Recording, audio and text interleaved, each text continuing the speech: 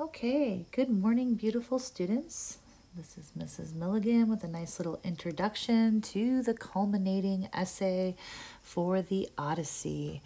Now that you've finished reading about Odysseus's epic adventure and homecoming, you're going to write an argumentative or what's known as a persuasive essay using all of the work that you've been doing the last couple weeks. So nothing was done in vain. Keep that in mind.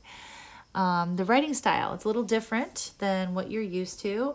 This essay is going to be argumentative or persuasive.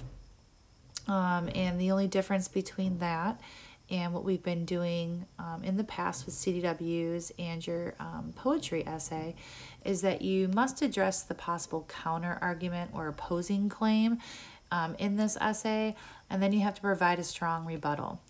And you've been doing this all your life. You've always considered the possible other side to an argument, and you give a rebuttal in your head. And this is how you create your moral code, your code of values, is you literally consciously weigh things all the time. So now we're just going to put it down on paper. The format is MLA format, which you are used to. We've been doing MLA format all year long. You should be gurus at this point. But there are, steps throughout this writing process to check to make sure that you are following the correct MLA format. And it is multi-paragraph, so it is not just one paragraph, it is multiple paragraphs. And specifically for this essay, the length is going to be at least 5 paragraphs. And you're going to include at least 4 pieces of data. Now, the first paragraph will be an intro paragraph, and that is not in CDW format. But the next 2 body paragraphs and possibly 4th body paragraph will be in CDW format. The first 2 body paragraphs, paragraphs 2 and 3, will prove your thesis, and that 3rd body paragraph, or what we're looking at as paragraph 4, is going to address the other side of your argument, and it will include a rebuttal. And so in this paragraph, you may include more data. It just depends on whether what you address is something that's already been proven or cited before, and you just need to reference it, or if it's specific data that you want to refute in a separate paragraph by itself. And then finally, the last or 5th paragraph will be your conclusion paragraph, which again, like the introduction, is not in CDW format. Okay? All right, and the data has to come from the actual epic poem itself. It has to be a direct quote. So you cannot use those summaries. Even though some of them do harbor some good information about heroism, you still cannot use those as the data in your paper. So make note of that.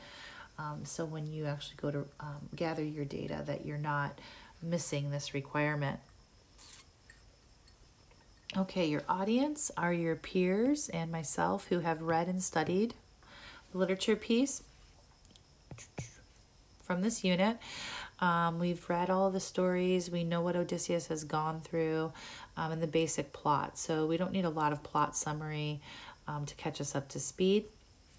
The points will be 100 points in your academic writing portion of your grade. So it is a large portion of your grade for this second semester. So just keep that in mind. Now the prompt, what you're actually writing about. I bet you could probably guess since you've been doing this work throughout the last couple weeks.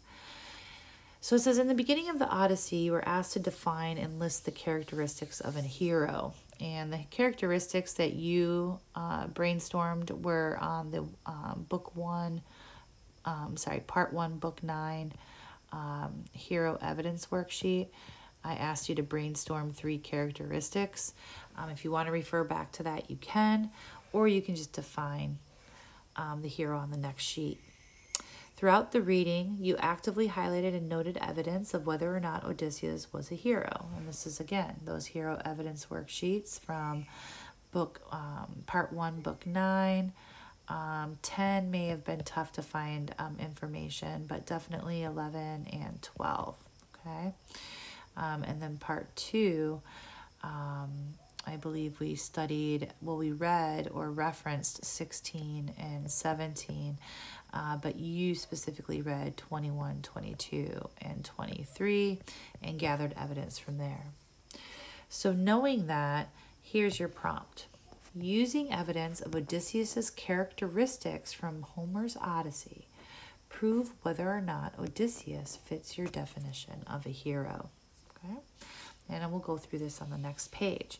Included on this first page also is the writing process. And this is pretty important just because in the last several weeks that we've had distance learning, you've had one due date for all assignments. But because this is a process, you have specific due dates here that you have to check off.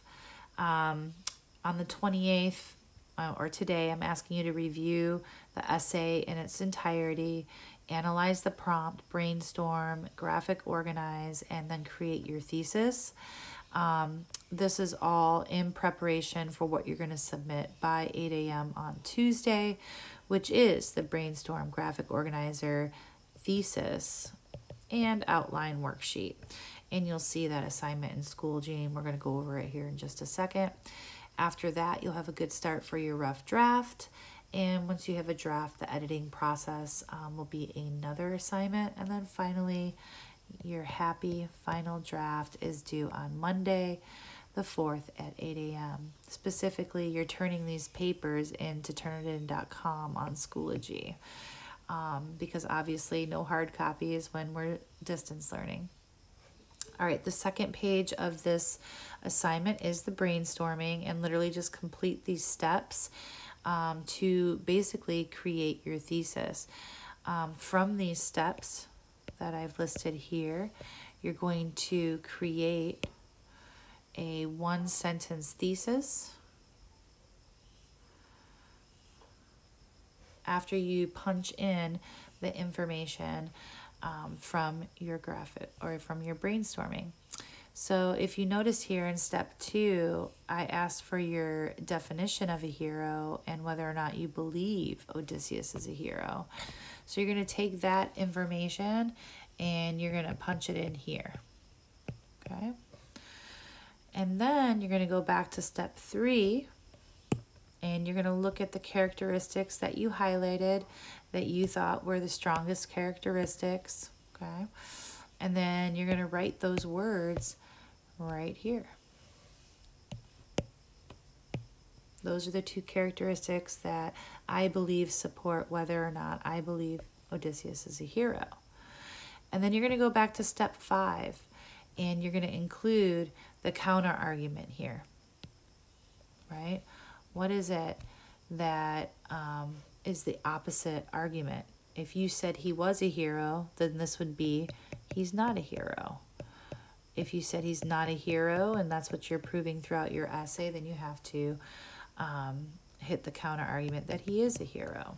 Okay? And that's it.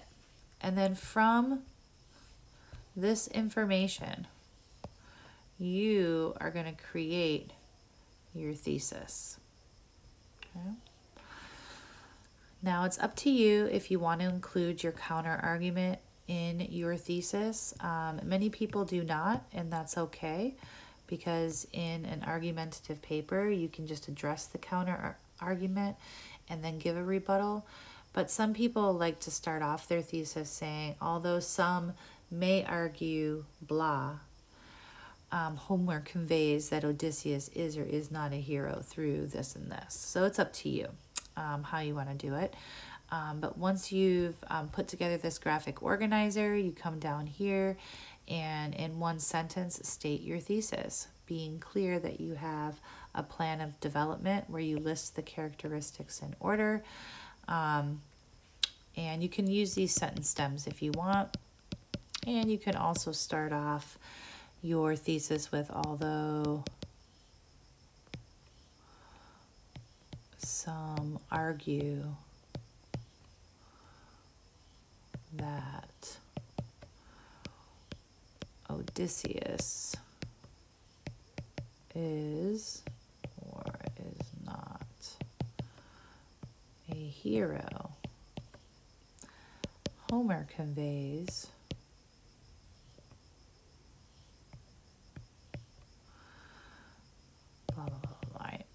that Odysseus is not a hero, right? Although some may argue that Odysseus is a coward,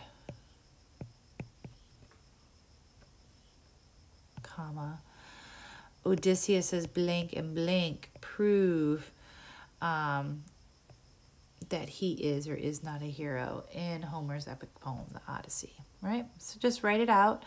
And then once you've done that, you can come down to the outline worksheet and complete that.